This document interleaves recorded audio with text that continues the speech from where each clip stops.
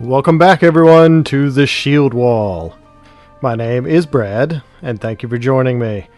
This is my IMPERIUM Magazine Build, Paint, Play, Review series, Issue 1, Episode 2. In this episode, we will build the Necron Royal Warden, included in Issue 1. In the first episode, we built the Primaris Lieutenant, also included in Issue 1. So grab your plastic, grab your sprue cutters, let's get to work.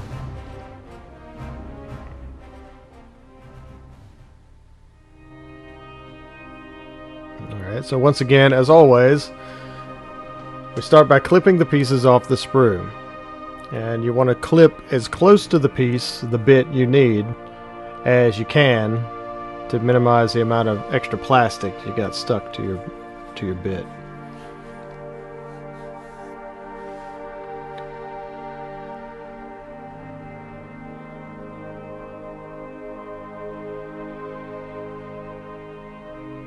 This figure is a little bit more complicated than the Primaris Lieutenant, but like the Primaris Lieutenant, it's put together in a couple of sub-assemblies.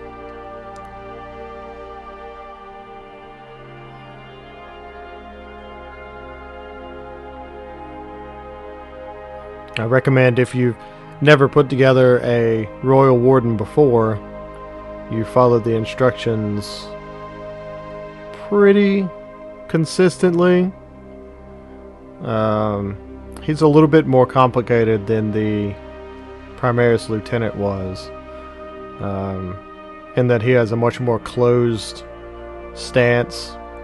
He's holding his rifle with both hands, and his rifle connects to his body with 3 power cables. So there's 3 connection points holding his weapon to his body, as compared to the Primaris Lieutenant, where each weapon was only connected with 1 connection point. So why does that matter? Well, because you have to have all 3 points lined up correctly, or there will be gaps in the miniature, or the rifle will be held at a wonky angle. Also, this Royal Warden, along with the Lieutenant, is a newer sculpt from Games Workshop. And with a lot of the newer sculpts, you don't just have, okay, leg is connected to torso, arm is connected to torso, head goes up on top of torso, everything makes sense. Well, with a lot of the newer sculpts, owing to computers and increase in technology and injection plastic molding, as you can see, this part that I'm working on here is the legs and the back of the upper torso. The upper torso actually has 3 separate pieces that make it up, not including the head. And then the 2 arms go inside the upper torso. So you don't just put the torso on and then bolt the arms to the upper torso. You'll see further what I mean in a minute.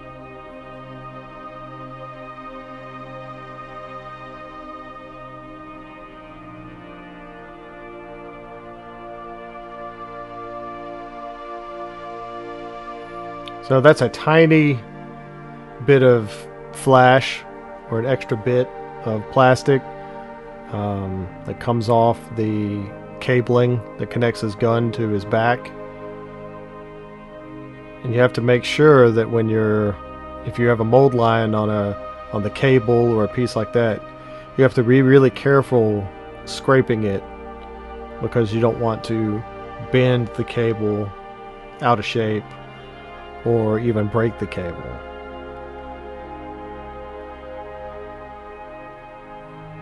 For the Lieutenant, there's a lot of fine detail painting wise, but putting him together, there really wasn't a lot of small pieces. As you can see on the Royal Warden, even his arms are much smaller than the Lieutenant's. His wrists are tiny, the power cablings are tiny, all the pieces are small, so you have to be much more delicate, handle them much more delicately when you're putting them together.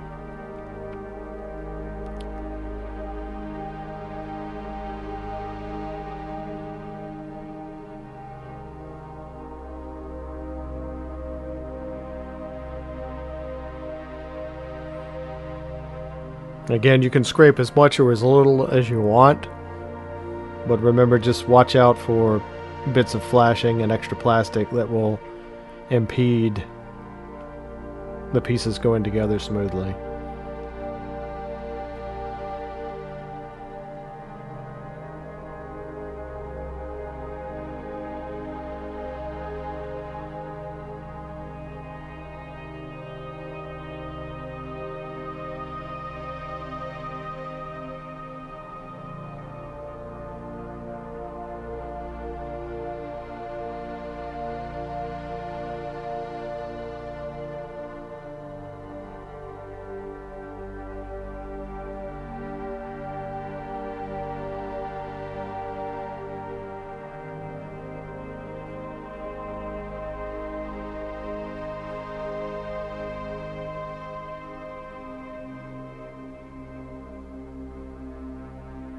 Alright, so now we have all the pieces cleaned.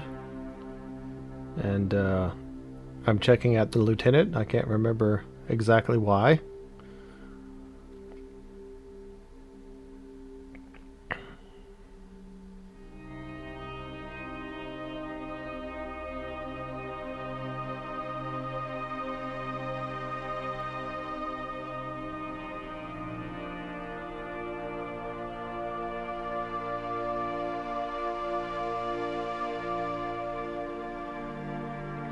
So at this point, I'm putting it together from memory, because this is not the first Royal Warden that I had assembled. I would not recommend doing this. I would recommend following the instructions. As you can see, we run into a couple issues, but it's just plastic, so we're able to get through them. Alright, so as you can see, the Royal Warden's left arm connects into a slot in the back of his torso, and the slot is designed to where it can really only go one way, and his left arm is holding a handle that slots into the back of his relic Gauss blaster, and then his right shoulder also slips into his back torso,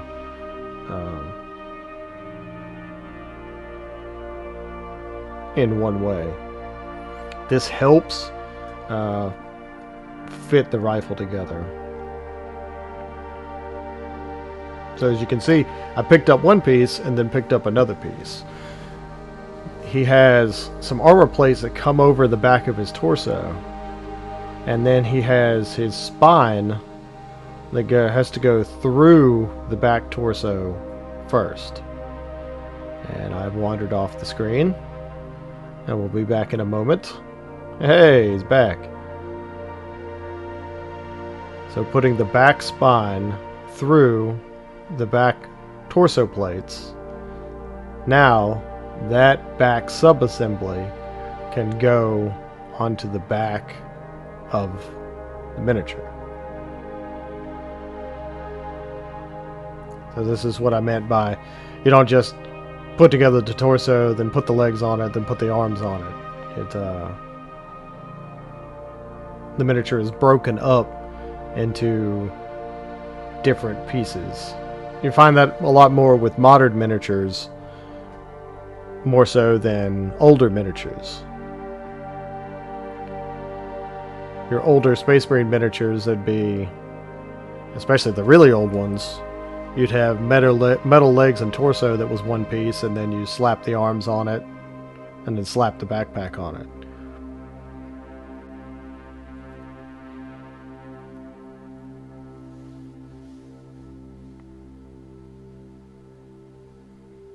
So pay attention to how the side cloak attaches at the top, because you have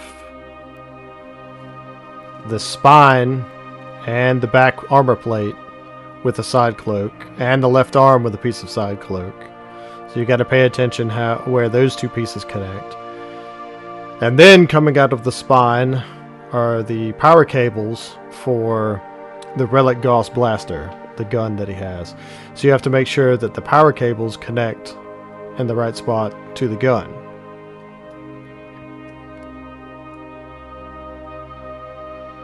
And it's in this way that the miniature is more complicated than the primaris lieutenant when you're building, because there's so many different connection points. One piece connects to another piece, but then it connects to a different piece at a different location. So when you put the two pieces together, you have to make sure that they line up also with a third piece or a fourth piece.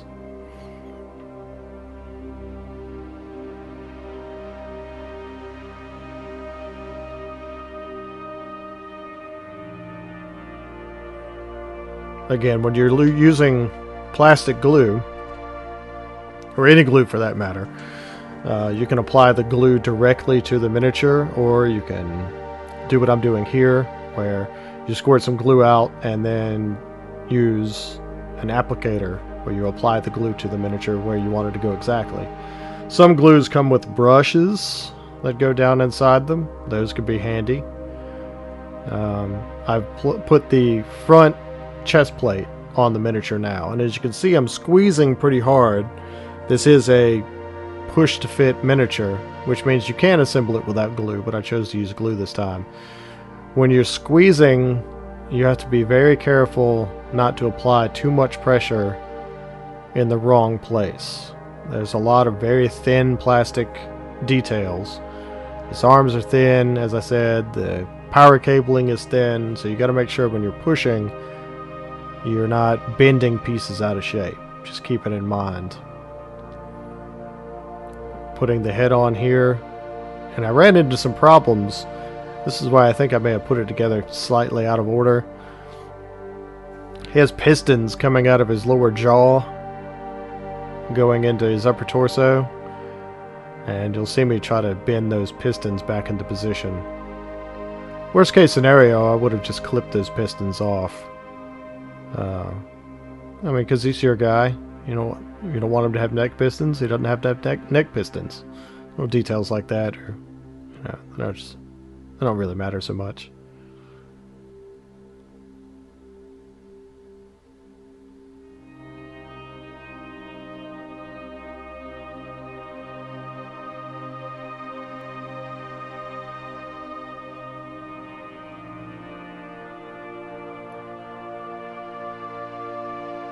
One nice thing about plastics, you drop them, they don't shatter everywhere. I love dropping miniatures for some reason.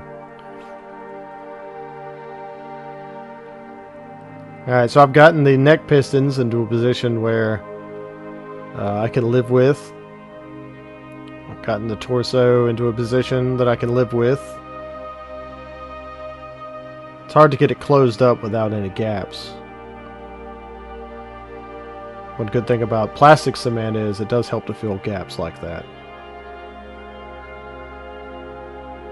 because it fuses plastic to plastic. Same with the lieutenant. You got to make sure you put him on the base correctly. You got to make sure his feet are in the right position. He doesn't have one foot hanging off the side of the base. And you see, he is a springy boy. He's quite thin as compared to the lieutenant. But yeah, looking good. Everything's together. Everything's holding. He's going to go hang out with the lieutenant, and they will fight soon, because they are not friends. So there we go. Another finished miniature. Second in Imperium Magazine, issue 1, the Necron Royal Warden. He is all assembled and ready to go. Ready to duke it out with his nemesis, the primaris lieutenant. I hope you enjoyed the video, and if you're working along with me, I hope you're able to get it together without a problem. If you have any questions, post a comment below. And I appreciate you watching. Make sure you subscribe to the channel, Shieldwall, for more Imperium review videos. I'll be going through further issues and covering the playthroughs of all the issues. So give the video a like, give the channel a subscribe, watch out for upcoming episodes. I thank you for watching, thank you for joining me, and good luck with all of your wargaming endeavors. See you next time.